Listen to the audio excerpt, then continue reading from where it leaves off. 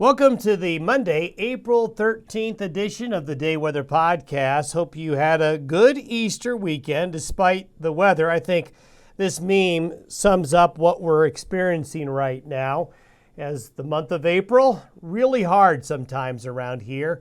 You have fits of spring like we had last week, then you have fits of winter like what we had over the weekend, and I'm afraid to say winter is going to win out for this next 5 to 6 days ahead.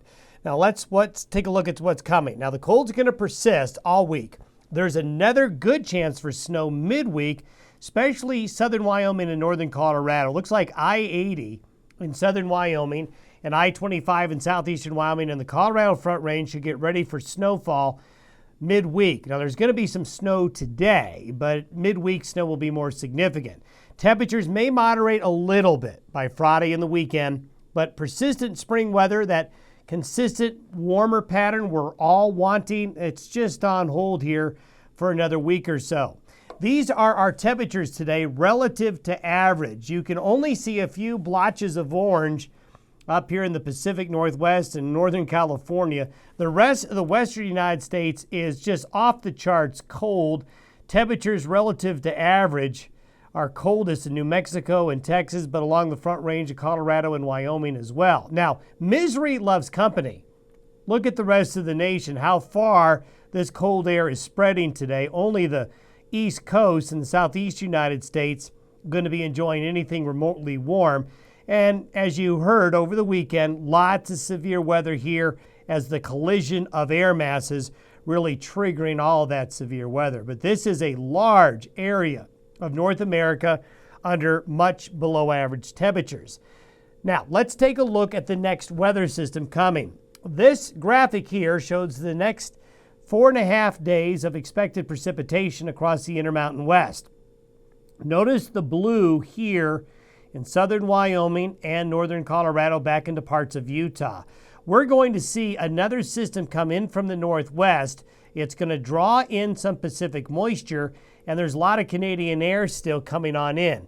When you take Canadian air coming in from the north, Pacific moisture coming in from the west coast, and then on top of that, you bring a strong jet stream wind coming in from this direction.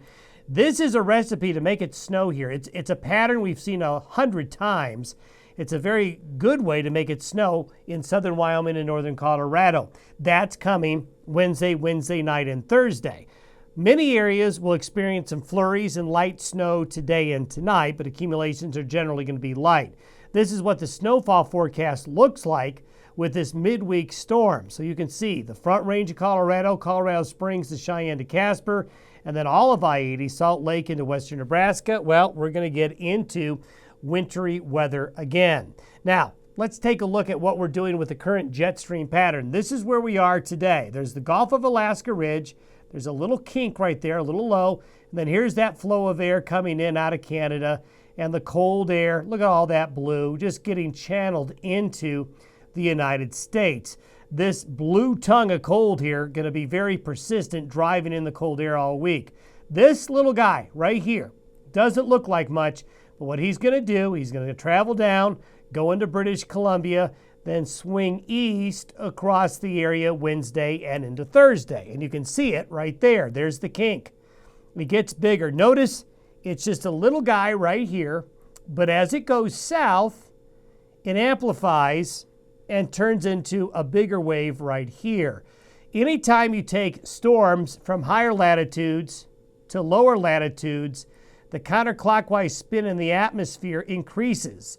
When you decrease latitude, spin of the atmosphere goes up. So when we get these systems diving in from the northwest like that, they tend to intensify. And this area of low pressure right here is going to go over and top of the very cold air that's banked up against the mountains. This flow of air right here brings moisture off the Pacific. So that's why northern Colorado, southern Wyoming, western Nebraska, northern Utah are going to be under the gun on this area here late Wednesday and Thursday for some snow. And you can see a lot of the U.S. under a trough, so the cold air invading a lot of the lower 48 states. By the weekend, the trough up here flattens out a little bit. We've got another little guy here. We still have that Gulf of Alaska low, but notice the trajectory of the air is different. into Wyoming, Colorado, and Nebraska. The air is coming from Oregon and Northern California, not Canada. So this flow of air by Friday and the weekend will moderate our temperatures a bit, with the cold more directed to the center part of the country. So for those of you looking for a break, those of you looking for something a little bit more like spring, that's going to happen this weekend and into early next week. By 15 days or so out, a little past that, as we look at April 27th, we see the jet stream bringing in another trough. However, the flow of air isn't so much out of Canada, but more up here, which is still pretty chilly. So we're hoping that maybe this is the worst of the cold, but at the same time, this is not a warm pattern either. In fact, this is a wet pattern. We expect that systems are going to continue to come in like this, and while it may not be as cold during the last 10 days of April, we're probably still looking at frequent chances of rain and, yes, snow at times. So it's going to stay busy. Thanks for listening and watching the Day Weather Podcast. Stay warm. Talk to you on Tuesday.